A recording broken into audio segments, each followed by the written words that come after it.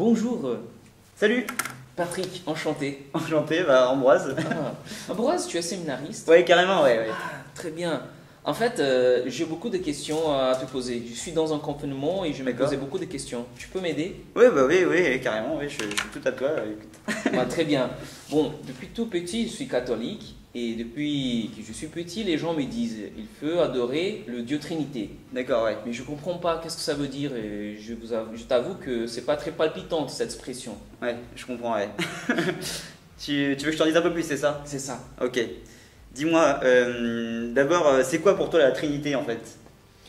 Bon, on m'a toujours dit on ne peut pas savoir grande chose, qu'en fait c'est un mystère. Ok, alors on va clarifier les choses.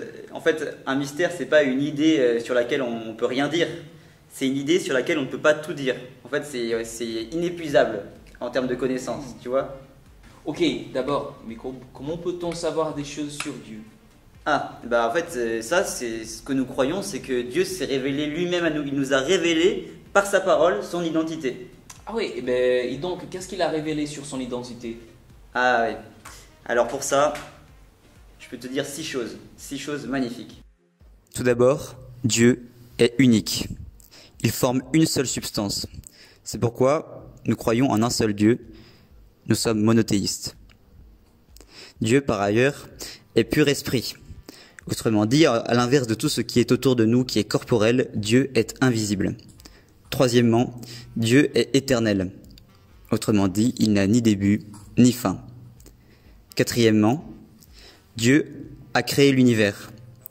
Nous croyons qu'il est le Dieu créateur, qu'il a créé l'univers par amour, et qu'au sommet de cet univers immense, Dieu a créé l'homme.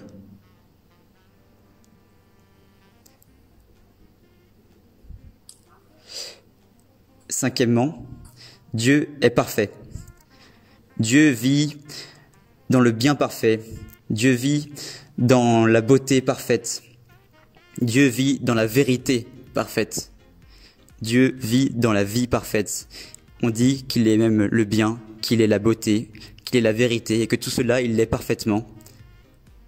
Dieu, enfin, est amour. Mais pas un amour comme on pourrait imaginer, un amour direct. Non, Dieu est communion de 3 personnes. 3 personnes unies en une seule substance.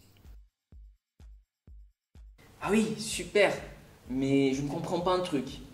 Ces 3 personnes, elles sont identiques puisqu'elles forment une seule substance, c'est ça? Alors oui et non. En fait, elles sont identiques parce qu'elles sont égales en dignité et en gloire. Et parce que si, elles sont unies par une substance qui leur est commune. Ah ouais. Mais elles sont différentes parce elles ont chacune des propriétés particulières. Et qu'est-ce que c'est ces propriétés particulières? Ce qu'on sait sur la Trinité, c'est qu'à l'intérieur d'elle-même, il y a une personne qui engendre une autre personne. Du fait que cette première personne engendre, on l'appelle Père. Du fait que cette deuxième personne soit engendrée, on l'appelle Fils. Quant à la troisième personne, on sait qu'elle procède du Père et du Fils. On l'appelle l'Esprit Saint. D'une manière plus simpliste, on peut dire qu'elle découle directement de l'amour entre le Père et le Fils. C'est pourquoi nous adorons un seul Dieu dans la Trinité, et en même temps nous adorons la Trinité dans son unité, mais à la fois sans confondre les personnes entre elles, et en même temps sans les diviser. Parce que si on les divise, on divise aussi leur substance qui est à la fois commune et unique. Ah, ok, c'est déjà plus clair, mais on ne sait pas plus. Ce dont je viens de te parler, c'est ce qui se passe à l'intérieur de la Trinité. Mais on sait encore plus sur Dieu par tout ce qu'il fait en dehors de la Trinité, c'est-à-dire la création de l'univers à la fois visible et invisible.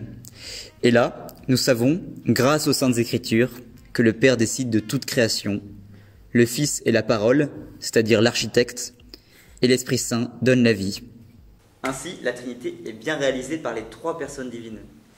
Et d'ailleurs, à ce propos, l'Église a toujours vu, au début du livre de la Genèse, au chapitre 1, verset 26 plus exactement, un signe de cette action trinitaire, puisque à ce verset bien particulier, on lit « Faisons l'homme à notre image », lorsque Dieu crée l'homme.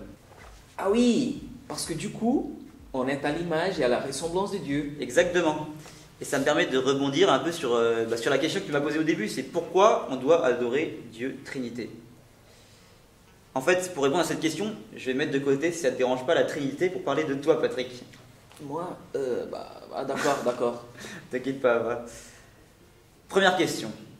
Qu'est-ce que tu fais dans la vie, Patrick? Ça, c'est une bonne question. Moi, j'étudie. T'étudies? Oui, Et pourquoi tu étudies? parce que je veux avoir un bon métier, c'est ça. Un bon métier? Oui. Et pourquoi tu veux avoir un bon métier, Patrick?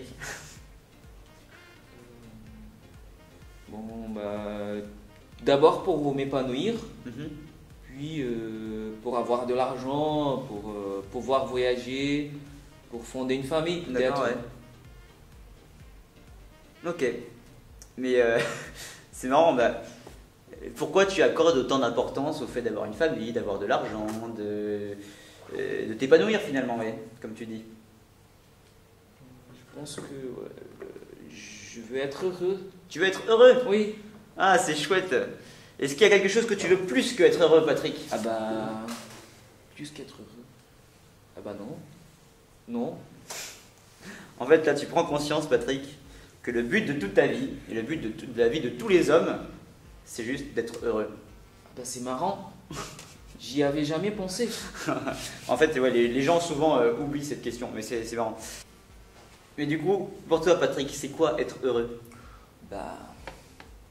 C'est ressentir un bonheur, un grand bonheur. Un grand bonheur, mais Ouais. un bonheur grand comment? Comme le fait d'avoir une maison, d'avoir une voiture, d'avoir un immeuble pour toi tout seul? Je ne sais pas, mais en tout cas, il faut que ce soit le plus grand possible, le plus grand bonheur possible. Le plus grand bonheur possible, ok, mais il y a une autre question qui me vient d'un coup là, c'est ce bonheur, tu voudrais qu'il dure plutôt une seconde, un quart d'heure, une demi-heure? T'as une idée de temps ou pas? Non, je voudrais qu'il ne s'arrête jamais. Ok, du coup il y a deux critères. Tu voudrais que ça soit à la fois un bien parfaitement comblant et en même temps qu'il soit sans limite de temps. Oui, c'est bien résumé. Super.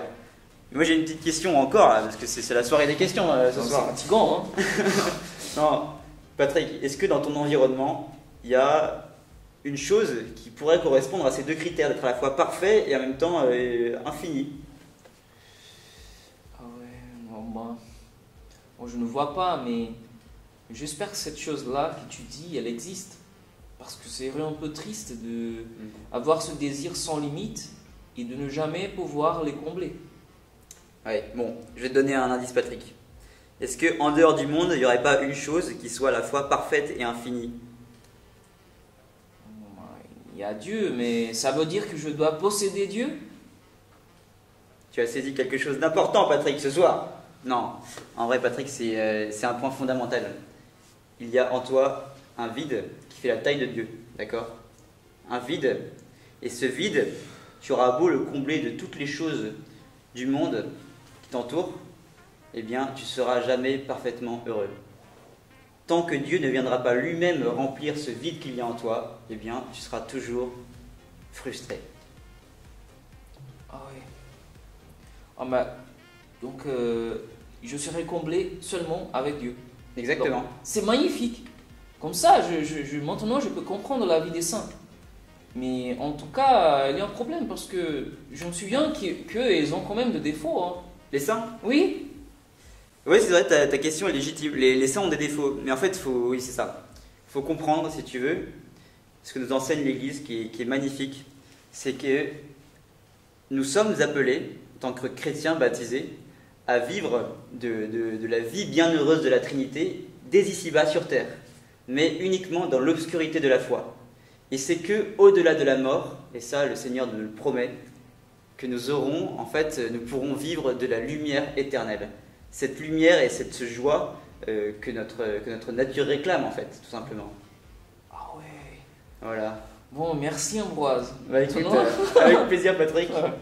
Ouais, est-ce que je pourrais revenir après pour te poser des questions si jamais tu as le temps? Je sais pas. Carrément, écoute. Mais franchement, repasse quand tu veux. Voilà, je peux pas te dire mieux. Grand. Allez, Merci tu repars beaucoup. comme tu viens. Hein.